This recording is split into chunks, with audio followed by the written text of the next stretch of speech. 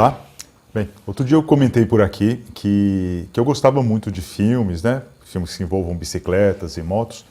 E disse também que eu tinha uma certa preferência por filmes americanos, né? Porque os filmes americanos eu acho que usam melhor a linguagem do cinema, né? Eles conseguem misturar a música com a imagem, com a interpretação. Para mim, às vezes, os filmes europeus, eles parecem mais livros e fotos do que filmes realmente. Bem, é só uma questão de gosto. Mas dentro dos filmes americanos, existem alguns assim que me chamam mais atenção. Não depois que eu assisti, mas me chamam mais atenção para ir ao cinema para dar uma olhada, né? E me chamam por causa dos atores, né? Eu coloquei aqui, eu estava dando uma pensada antes, né? Mas o Ewan McGregor, o Matt Damon, Keanu Reeves, Johnny Depp, são alguns o Robert Downey Jr., são alguns dos atores que me chamam a atenção quando lançam algum filme sobre eles e eu vou lá para ver o que é. Né?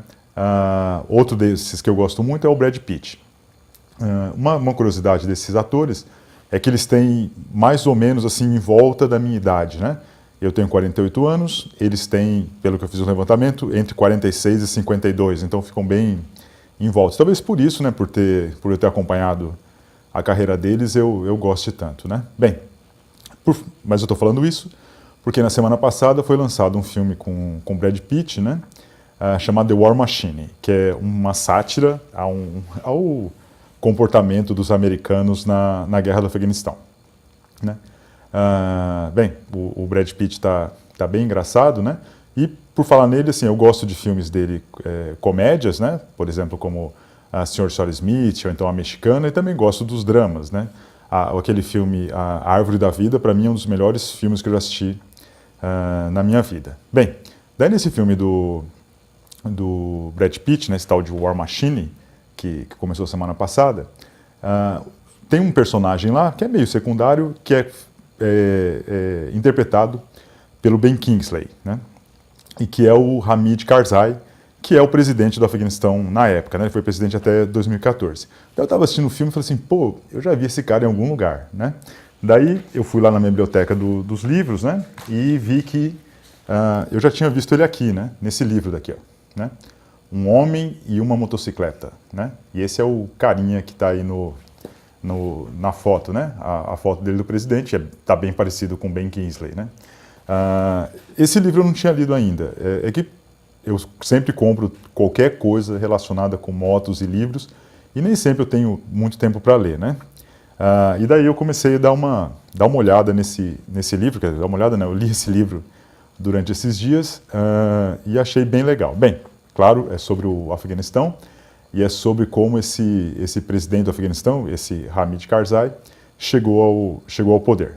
Antes disso, antes de falar do filme propriamente dito, eu, como todo mundo da minha idade, eu ouvi falar no Afeganistão pela primeira vez quando assisti o Rambo 3, né? Daí o Stallone foi lá e tentou liberar os afegãos e, bem, toda aquela história, né?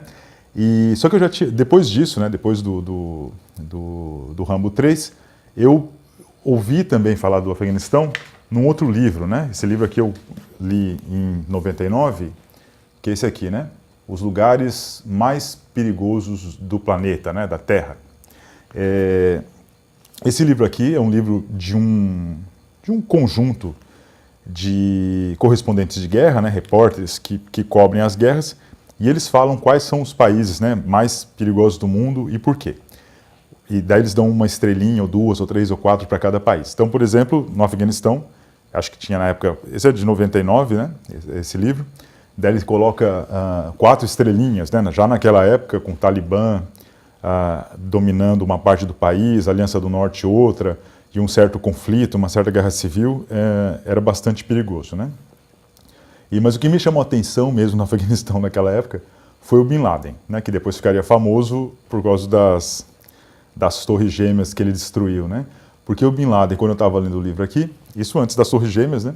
Eu li que ele tinha comprado 2.000 Hilux, né, aquelas caminhonetes da Toyota, para espalhar lá para o pessoal do Talibã, para fazer a guerra ou para controlar a região, tal. Daí eu falei assim, pô, que cara maluco, né?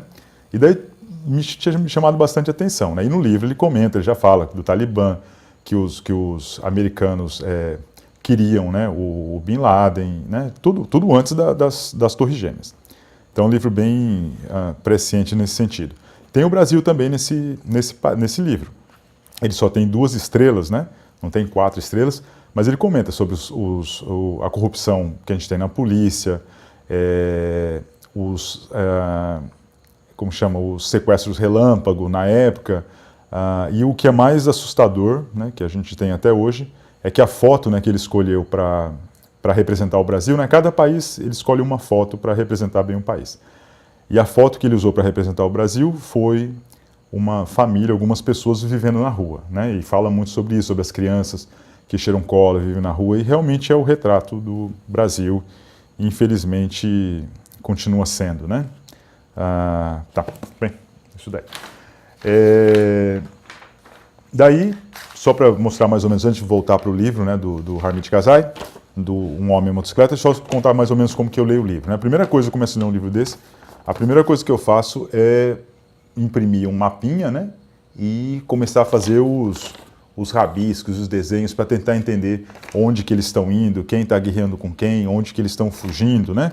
Isso aqui, daí eu fui lá atrás Hoje em dia eu não faço mais isso, né, mas na época que eu li esse livro, né, dos lugares mais perigosos do mundo, eu sempre andava na minha mochila, né, com um atlas, né, um mini atlas com os mapas, né, com informações sobre os países e com os mapas, né, de cada país, e também um dicionário, né, que quando eu não entendesse uma palavra, alguma coisa em inglês, eu ia lá e procurava. Hoje em dia isso não é mais tão necessário, né, porque hoje em dia a gente pode olhar o mapa, né, no Google Maps, ou então alguma informação sobre um país no Wikipedia. Então com o celular a gente resolve tudo, mas naquela época eu usava isso aqui ainda, né.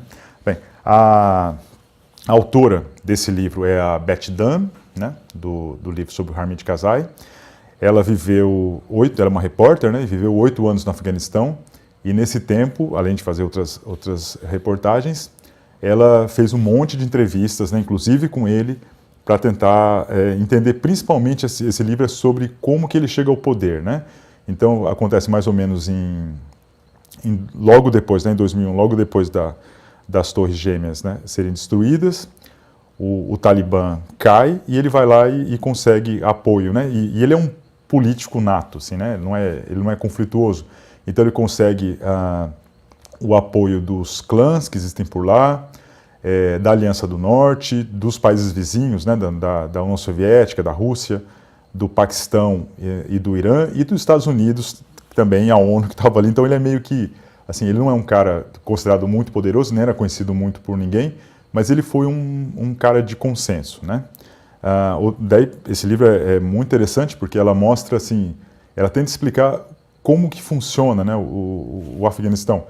Porque a gente tem muita impressão, a tendência de tentar compreender, às vezes, um país a partir do seu Estado, né? Por exemplo, o Afeganistão é um país, ou do Talibã, que é uma organização, né? Mas, na realidade, existem estruturas mais antigas lá, né? Que são as várias etnias, daí dentro de cada etnia existem várias tribos, dentro de cada tribo existe um clã, vários clãs, e daí essa dinâmica é muito mais forte do que qualquer outra, né? Do que o Estado oficial, ou do que alguma instituição.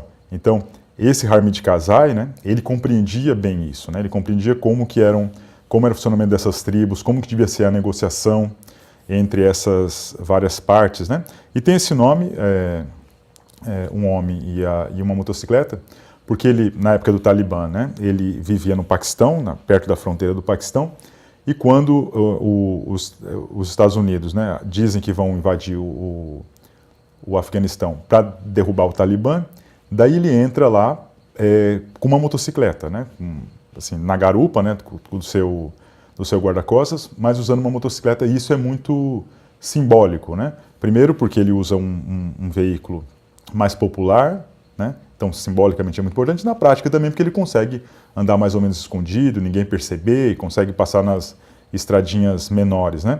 Esse simbolismo é muito importante, né?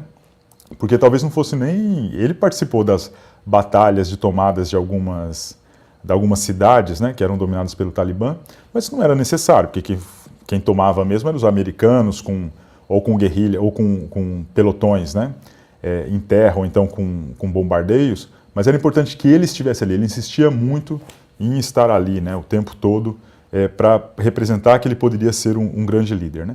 Depois disso, as pessoas, assim, ou essa autora, né, a Beth Dunn, ela critica que o Hamid Karzai, ele acabou assim, dando importância demais para os clãs e para as tribos e para etnias, e isso acabou gerando uma certa proteção só dos seus amigos, o que depois virou corrupção, né, e ineficiência. Então ela comenta assim, que, por um lado, pode ser bom ter um político de coalizão num determinado momento para evitar o conflito, mas isso só adia um pouco os conflitos, né? Porque depois a corrupção e as vinganças, as vendetas, elas acabam criando conflitos mais para frente. Bem, é um livro bem complexo e com um monte de personagens entrevistados, e é interessante, né? Daí eu me lembrei, quando eu estava falando, né, estava estudando sobre esse simbolismo, né, da motocicleta e do comandante e tal. Daí eu me lembrei que em 2012 eu estava fui lá para São Paulo para participar de uma discussão da terceira semana de cultura motoboy. E no dia que eu estava no hotel, né, eu ia passear ali, conhecer a região de motos, né, de São Paulo. Depois à noite ia participar dessa discussão. E daí, quando eu estava no lobby do hotel esperando o Neca, que me convidou né, ia me levar para os lugares, eu mostrei para ele, eu abri o Estadão, né, aquele jornal, e vi que tinha uma foto, né, do Hugo Chávez andando de moto, né, empinando a moto, né. E daí a reportagem era sobre isso, né, como o Hugo Chávez usava deliberadamente na campanha presidencial uma imagem bem jovem para atrair o apoio exatamente das pessoas mais jovens por ali, né? Bem, aquilo ficou bem marcado na minha cabeça, né? Assim, tudo que tem moto sempre me marca bastante. Daí, por uma coincidência, exatamente um ano depois, né, dia 23 de agosto, mas agora de 2013, né, um ano depois, exatamente um ano depois, apareceu aquela notícia, daí já na Folha de São Paulo, de que a Dilma, né, a nossa presidente, ela tinha escapado para dar uma volta de moto, né? Também, aparentemente, esse vazamento serviu para mostrar como a Dilma era descolada, independente, rebelde, porque ela podia sair de moto. E foi uma coincidência muito, muito grande ter sido exatamente no mesmo dia, um ano depois, né? Então, não sei se os marqueteiros dela não deram um pouco de bobeira de deixar tão na cara assim, né? Bem, eu só quero deixar assim, não tem nada contra a Dilma, né? Assim, eu votei nela na época. É claro que eu nunca gostei muito do desenvolvimentismo que ela apoiava, né? Mas eu gostava muito e gosto ainda da ajuda às pessoas mais necessitadas, né? São duas coisas diferentes. Uma coisa é o apoio que você dá para a educação, para a sociedade e para a cultura, e a outra coisa é você apoiar as grandes empresas, que em alguns países dá certo, já comentei antes, né, como na Coreia, mas não necessariamente. Em geral, isso gera a corrupção, né? Como em muitos países, como a Indonésia, e por aí vai. Nesse ano de 2013, eu estava estudando muito os jornais do mundo inteiro para ver o que eles falavam sobre as motos, né? Então, eu via todo dia, eu abria os jornais, né, da Indonésia, do Japão, do Vietnã, da China, da Índia, da Colômbia, todos os lugares que têm muitas motos, para ver os paralelos que nós podemos fazer com o Brasil, né? A maior parte dos problemas são exatamente iguais ao Brasil, né? O Brasil não criou nada, né, nesse sentido, né? A gente podia aprender muito com os outros países. E um dos países que tem muitas motos é a Nigéria, né? E os motoqueiros de lá, né, as pessoas que fazem o transporte e tal, são os boda-bodas. E estava tendo um conflito muito grande na época, eles queriam proibir os boda-bodas em alguns lugares. E daí um dos países que eu estava mais observando, né, o noticiário era a Nigéria. E daí eu vi uma reportagem lá sobre um prêmio Nobel, né, o Wole Soyinka, da Nigéria. Esse professor, ele em 86, ele ganhou o prêmio Nobel de literatura, foi o primeiro africano a ganhar o prêmio Nobel. E depois, em 94, ele teve uma revolução, ou revolução não, um golpe, alguma coisa assim, e daí teve que fugir da Nigéria, né? Já tinha 60 anos, e ao fugir, ele fugiu de moto também, pelas trilhas e tal. E daí ele conta como foi essa história nessa entrevista, né? Que ele teve que fugir também. Para ver que as motos, então, servem, assim, para coisas simbólicas, né? E tem uma importância simbólica, mas também serve para coisas práticas, como entrar num país, ou então para fugir de um país, né? Bem, são curiosidades que eu gosto de estudar. Eu tenho alguns livros sobre, né, falando sobre guerras, né, guerras e motos, né? Como esse daqui, por exemplo, né, que é uma enciclopédia de motocicletas militares. Esse aqui é um livro assim mais, como esses livros convencionais de motos, né? Ele fala mais sobre modelos de motos que foram usados nas guerras, né? Existe um certo exagero sobre o papel das motos nas guerras, né? As motos em geral são usadas só para, embora existam, né, modelos de combate, mas elas são mais usadas para fazer transporte de documentos ou reconhecimento, né? Hoje em dia são usados mais os drones, elas foram mais importantes antes. Eu acho que é o contrário, né? As motos nunca foram tão importantes para as guerras, mas as guerras foram importantes para as motos, porque principalmente na Primeira Guerra Mundial, as motos, né, como as pessoas conseguiam usar as motos para andar de um lugar para o outro, elas provaram que elas eram veículos confiáveis, né? Então as guerras serviram bem para fazer propaganda, né? Tem vários modelos que são famosos por aí, por terem ido para a guerra e nunca participaram muito. Um outro livro interessante sobre guerra, esse aqui já sobre a Primeira Guerra Mundial, isso aqui é uma coletânea, né, que foi publicada pelo pessoal lá do International Journal of Motorcycle Studies. São 3 livros, né, e um deles é as aventuras de um como se chama? De um mensageiro durante a Primeira Guerra Mundial, né? Então ele conta, e é interessante assim que essa história é contada assim a partir das cartas que ele enviava, né, para a família dele, contando como que eram os problemas e os amigos que tinham morrido e o horror da Primeira Guerra Mundial, né? A Primeira Guerra Mundial foi muito importante nesse sentido, porque até ali, né, em geral as guerras eram vistas até de um ponto de vista positivo, né, como se fosse um lugar onde as pessoas poderiam ir para provar a sua coragem. Às vezes eles achavam que as guerras limpavam um pouco os países, né, traziam sangue novo. Só que a Primeira Guerra Mundial foi a primeira guerra mesmo com muita tecnologia. E daí morreu muita gente, todo mundo ficou apavorado, assim, o que era uma guerra de verdade, né, com tecnologia e com veículos que podiam levar armas e muita gente, né. Então ele conta um pouco esse terror todo que ele viveu na Primeira Guerra Mundial nessas cartas, né. Eu também já escrevi no blog, né, no Equilíbrio em Duas Rodas, sobre 2 livros legais sobre motos e guerras, né. Um desses é esse daqui, que é o Bandolim, do Capitão Corelli.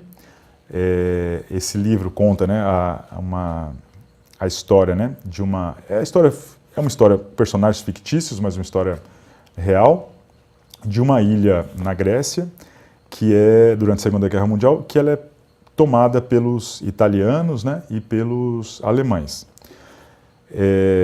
Só que, num determinado momento, né, inicialmente, quem controla mais o lugar são os italianos, e os italianos não estão muito interessados em fazer guerra, eles querem acabar logo o negócio e voltar para o país deles, né. E daí, nisso, eles fazem festas e cantam, né, e a coisa mais ou menos alegre. Claro que não é tão alegre assim, porque eles tomaram o país de outro lugar, mas não tem mortes, não tem nada. E depois, avançando um pouco a guerra, daí os alemães é que tomam o controle dali, e daí começa a ter muitas batalhas e muitas mortes, né? E depois conta também a história do que acontece depois com a tomada, né, dos comunistas, com revoluções e tal. Então, por um lado, é uma ilha muito bonita e paradisíaca, mas que sofreu durante muito tempo na guerra, e depois ela sofre um terremoto, né? E tem um livro que é legal, e tem o filme que não é tão legal assim, né? É com a Penélope Cruz e com o Nicolas Cage, mas é bem bonito, assim, é legal assistir porque dá para ver como é que é a ilha e como que ela é, como que ela é legal. E o personagem, né, principal, que é o personagem do Nicolas Cage, ele anda de moto por ali, né? Então a moto é importante. No filme a moto aparece bem pouquinho. Outro livro sobre motos e guerras é esse daqui, né, Turbulência, que esse livro aqui também é fictício, mas baseado em também fatos reais. Ele conta a história, né, da invasão da Normandia, né, o dia D da Segunda Guerra Mundial, onde os aliados iriam tentar entrar na Europa para controlar a Europa, né? Só que eles tinham que tomar um certo cuidado, porque eles tinham que, durante o desembarque, tinha que ser um dia com maré baixa e sem tempestade, né? E de lua cheia, para que eles pudessem ver as coisas que as minas eles pudessem ver onde que as minas estavam também para os navios chegarem. E daí eles tinham que saber se ia chover ou se não ia chover, né? Se ia ter alguma tempestade ou não, e para isso eles precisavam prever o tempo, né? Só que na época não tinha eles não tinham não tinham computadores para fazer isso, né? E daí o livro é um pouco sobre isso, né? Por isso chama Turbulência, né? Sobre como que eles descobrem uma teoria, um modelo, né? Para conseguir prever o tempo alguns dias antes, para ver se valia a pena, se eles podiam ir naquele dia ou não, e não podiam arriscar, porque eles não podiam tentar ir e depois mobilizar todo o exército, né, dos aliados, mas chegar lá e não conseguir fazer a invasão, porque daí os alemães saberiam que eles estavam tentando entrar por ali, né? Então não podia ter muito erro. Então esse aqui é um livro, né, que envolve motos, que também o personagem principal fica andando de moto o tempo todo, guerra e ciência, né, e discussão de prática e teoria, bem legal. Bem, daí falando, já vou voltar um pouquinho para essa questão de guerras e motos, né, mas só fazer um certo desvio, mas depois eu volto, né. É o seguinte, quando eu fui para o Atacama em 2010, eu já escrevi bastante sobre isso também no blog, né, algumas pessoas me perguntavam assim, mas por que você vai para um lugar, para um deserto, né? Por que você não vai para um lugar que tem praia bonita, que tem montanha e tal? E eu sempre explicava assim, para mim o deserto é muito fascinante, né? Assim, parece que de certa forma é um lugar onde, ou eu tinha essa impressão, né? E depois ela foi confirmada, em que você não tem muitas distrações e você tem que ficar com você mesmo, né? Do ponto de vista religioso, isso é bastante importante, né? Pode ver assim, os grandes líderes religiosos, né, do Ocidente, que Moisés, Jesus e Maomé, eles teriam ido para o deserto para ficar muito tempo meditando e depois voltando, né? Daí, bem, eu queria explicar sobre isso, mas eu nunca tinha visto um deserto na minha vida antes de ir para lá. E daí eu tentava, na época, tentando me lembrar assim, de onde que vinham essas visões do deserto, né? Então, é claro, né, tem esses filmes que a gente assistia muito, né? Filme de cowboy, e esses filmes religiosos, sempre eram no deserto, mas um dos filmes, e eu comentei já aqui várias vezes, né? Parece que é um dos casos que eu mais comento aqui, um dos filmes é o filme do Lawrence da Arábia, né? Que se passa no deserto, e é muito bonito, né? Assim, além da história que eu contei outro dia, importante, né? Política e de guerra, mas eu achei ele, assim, visualmente ele é muito bonito, esse filme, e musicalmente também é muito bonito, né? Então, assim, dá vontade de conhecer. E quando você lê o livro do T.R. Lawrence também, ele descrevendo o relevo e o vento e as mudanças de temperatura, né, parece que você está lá, né, no deserto, né? Então, essa era uma coisa interessante. Daí, uma cena legal que eu vi, que eu reservei aqui para comentar, né, desse filme, né, do Lawrence da Arábia, né, lembrando, né, o Lawrence da Arábia ele ajudou os árabes a se unirem, né, eles eram várias tribos separadas, então, de novo, é bem parecido com o que aconteceu no Afeganistão, eles eram várias tribos diferentes, ele tentou unificar essas tribos, né, para que elas lutassem por eles, por uma nação só, né, por eles, e não pela Inglaterra, né, que a Inglaterra só queria aproveitar dos árabes para vencer dos turcos, né. Bem, daí tem uma batalha lá dos árabes ingleses contra os turcos, né, e eles, em determinado momento, eles vão destruir, né, vão tentar destruir uma linha de trem para derrubar um trem dos turcos para pegar armas e tal. E daí eles destroem, né? O comando é meio inglês ali, só que a maior parte dos soldados são árabes.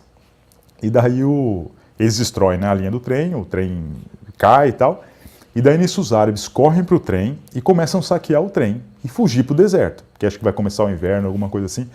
Daí o líder, né, o comandante inglês, olha para o comandante árabe, né, que é o Omar Sharif, daí esse inglês fala assim, pô, que coisa absurda, vocês são animais, são bárbaros, né? Como que pode? Nós estamos no meio de uma guerra, esse negócio é sério, vocês vão saquear o trem, né? Daí o Omar Sharif olhou para ele e falou assim, ó, os soldados árabes, esse é o salário deles. Na Inglaterra, os soldados não recebem salário, não? Daí o inglês falou assim, ficou meio assim, falou assim, recebem sim, né? Só que eles não vão embora, né? Depois de pegar o salário, eles não fogem. Daí o Omar Sharif olhou para ele e falou assim, porque eles não são livres, os árabes são livres. Né?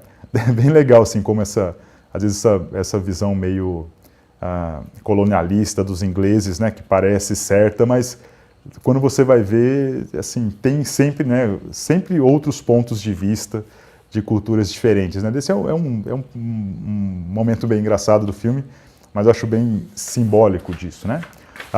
Também já falei várias vezes, né? O T. Lawrence, ele é o Lawrence da Arábia, né?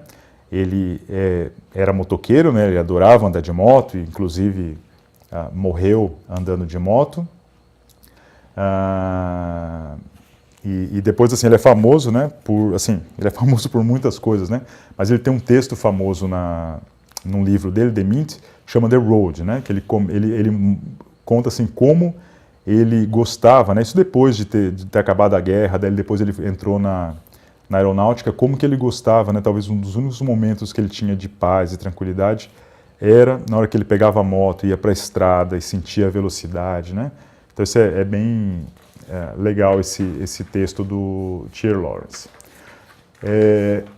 Bem, eu não lembro direito onde foi o primeiro lugar que eu li que ele era motoqueiro, né? Eu já gostava de estudar sobre a vida dele, né? Pela filosofia, pela história, pela política, há mais tempo, mas depois reencontrei ele de novo quando eu comecei a estudar as motos. E um dos livros, eu não lembro onde que eu vi primeiro, um dos livros que trata disso, né? É esse Legendary Motorcycles, né? Então, que fala sobre várias motos famosas, né? E entre eles tem deixa eu ver aqui, tem o T. Lawrence aqui, né? E tem vários outros, né? E o Robert Pirsig, né? Que é o autor do Zen Arte das Motocicletas, né? E aqui no meio, né? Tem um outro autor, um ator, que é o, deixa eu ver, tá aqui, pronto, que é o Steve McQueen, que é outro motoqueiro que eu adoro, né? Assim, eu gosto muito desses dois, né? Do Steve McQueen e do T. Lawrence. Até, né, em 2001, quando na época eu publicava uma coluna, né? Eu mandava textos para serem publicados numa revista, né? O primeiro texto que eu mandei para lá foi esse daqui, né? Esse Motos e Homens Lendários, que eu falava sobre aquele livro, né? Motos Lendárias. Mas nesse texto aqui eu juntei o T. Lawrence e o Steve McQueen, né? O Lawrence da Arábia e o ator Steve McQueen. E porque para mim eles têm uma ligação forte, né? Assim, de personalidade. Porque os dois gostavam de moto, né? Então isso era bem legal. E os dois tinham uma personalidade muito combativa, né? Tinha uma personalidade muito forte e sempre estavam em conflito com as outras pessoas e fazendo, né? E eram homens de ação, mas e encontravam a paz quando estavam andando de moto em alta velocidade. Eles gostavam muito de velocidade.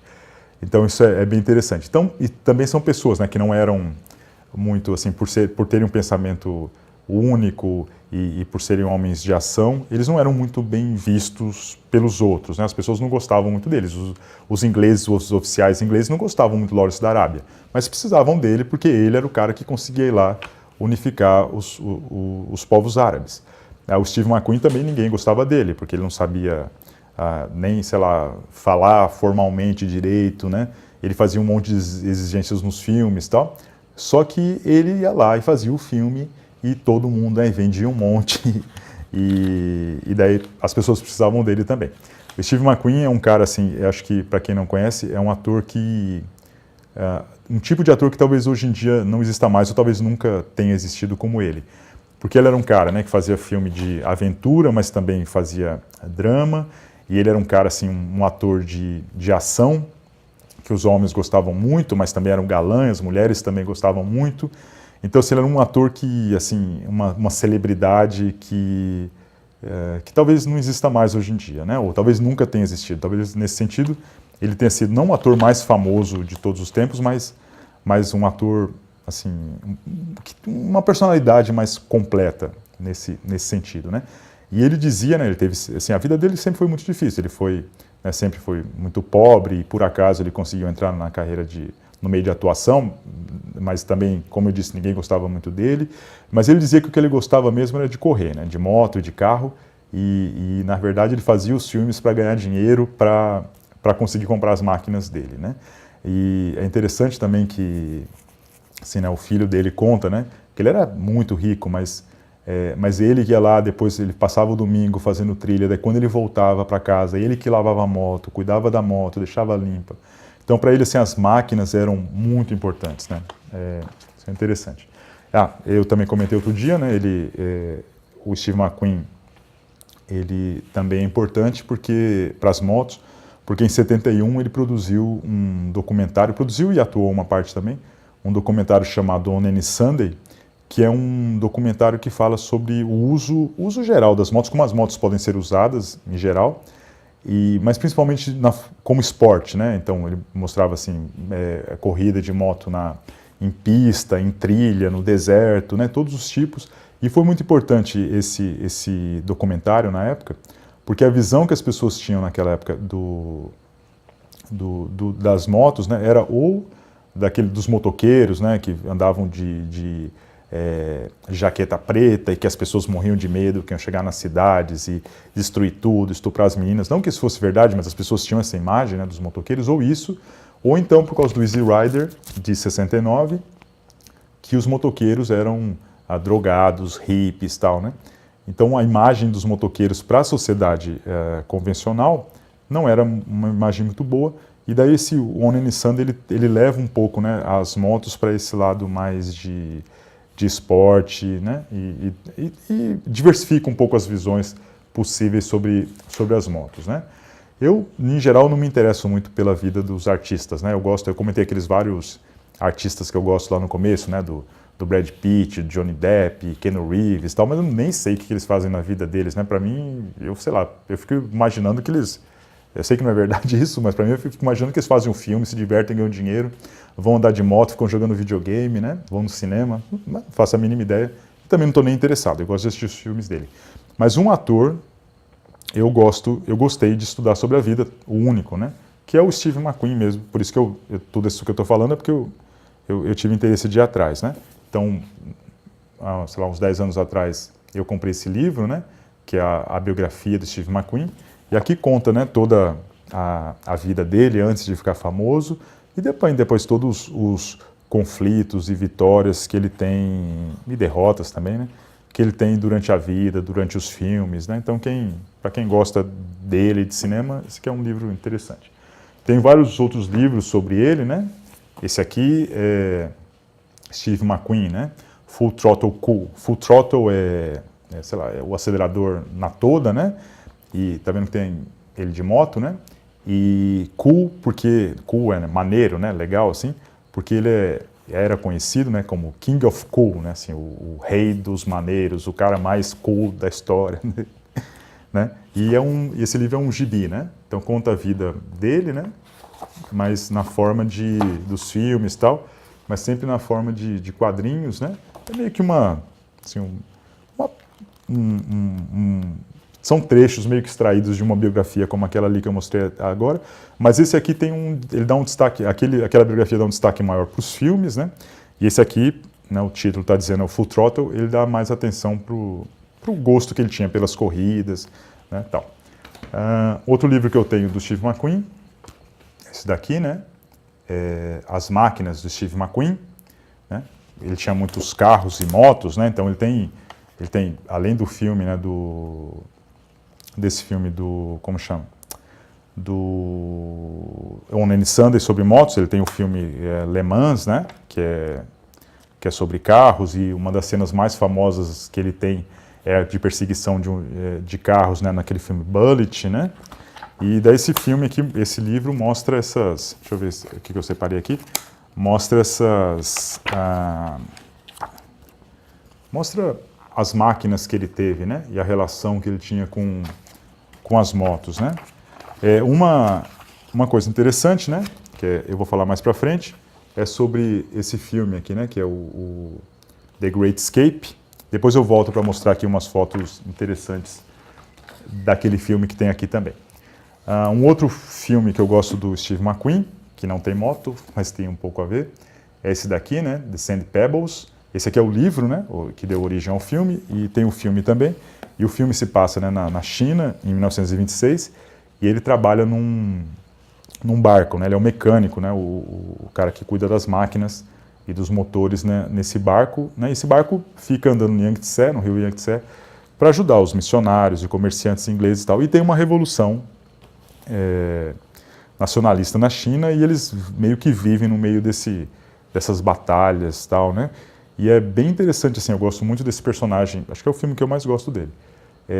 Eu gosto muito desse personagem porque ele é um mecânico, primeiro, é um mecânico, né, então ele vive no meio das máquinas, e ele é muito quietão, muito na dele, né, só que ele mostra, assim, né, naquela época os ingleses se achavam muito, muito superiores aos outros povos, inclusive os chineses, e ele sempre que ele pode, ele ajuda os chineses, então tem uma visão um pouco diferente, né? Quando precisa ele é quieto na dele, mas quando ele vê que alguém está sendo injustiçado, ele entra e ajuda, né? Assim, tem um espírito, né, legal, eu acho, nesse filme, né? Bem, eu queria falar sobre esse filme, o outro filme que é The Great Escape, que é Fugindo do Inferno, que também se passa na Segunda Guerra Mundial, e é um filme bem famoso que passa na TV sempre, né? E um grupo de americanos tenta fugir de um campo de concentração, não, né? De uma prisão durante a guerra, né? E ele, o personagem Steve McQueen, tenta fugir de moto, né? Daí ele tem que, sei lá, eu não vou contar o fim da história, mas ele tenta fugir de moto e faz um grande salto, né? E esse salto é muito, né? Tá aqui o salto, né? Deixa eu ver se dá para ver aqui. Esse salto é talvez uma das cenas mais famosas de moto da história do cinema, né? E daí tem um monte de... Até por isso que eu queria dizer que eu queria mostrar esse outro livro. Tem uma série de lendas, né, histórias sobre essa cena, né? Primeiro, não dá para ver direito, mas esse cara aqui, que é o amigo dele, parece muito com ele, né? Mas não é o Steve McQueen. Então, a primeira lenda é que o Steve McQueen que teria feito esse salto, né, que é um salto sobre a cerca de arame farpado, né, de um território. Ele até poderia ter feito essa cena, porque ele era muito, muito bom, né? Ele era quase um profissional Sim, ele era um profissional de moto, assim, não era o campeão de tudo, mas ele não passaria vergonha numa corrida de profissionais. Mas ele teve que prometer que ele não ia fazer uma cena de ação, porque se ele se machucasse, daí o filme acabava, ia dar prejuízo e tal. Só que o que é interessante é que ele se esconde, né, durante o filme, porque assim, o personagem dele foge de moto, né, da prisão, e daí nessa parte que ele está fugindo andando na grama é ele mesmo de verdade, né? Só na hora do salto que eles trocam pelo dublê. Só que na hora do salto vem um monte de alemães de moto também tentando capturá-lo. E daí nesse momento o Steve McQueen não consegue fugir, e ele, né, aqui ó, ele mesmo, ele se veste de alemão e persegue o personagem dele, né?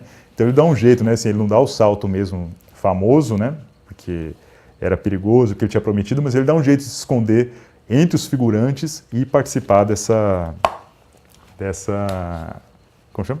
Dessa cena, né?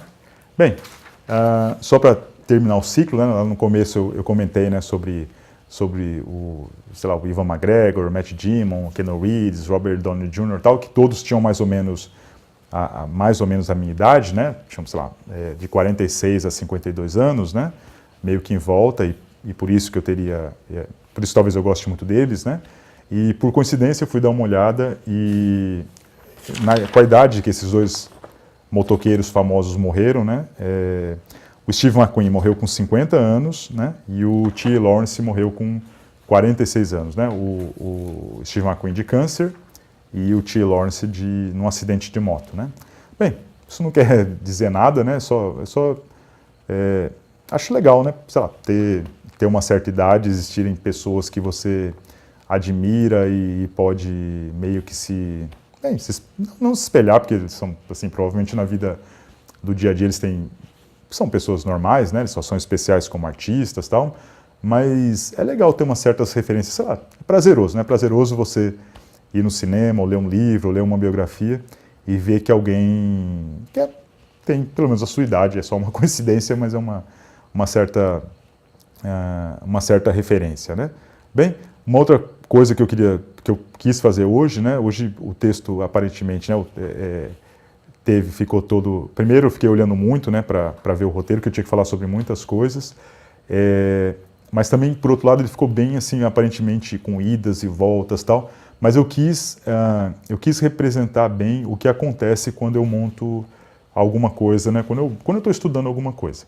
Então, assim, eu tentei descrever o que aconteceu essa semana, né? Eu assisti aquele filme do Brad Pitt, e daí realmente fui lá e lembrei que eu tinha o livro, estudei o livro, daí lembrei daquele outro, dos lugares mais perigosos do mundo, isso já fez uma ligação comigo com esses filmes de guerra que eu já gosto, já tinha postado, e daí eu tentei montar assim mais ou menos como funciona essa pesquisa, né? Com idas e voltas, e com memórias, né? E meio que a impossibilidade de colocar a nossa própria história dentro desses textos, né? Bem, espero que vocês tenham gostado. Até a próxima. Tchau.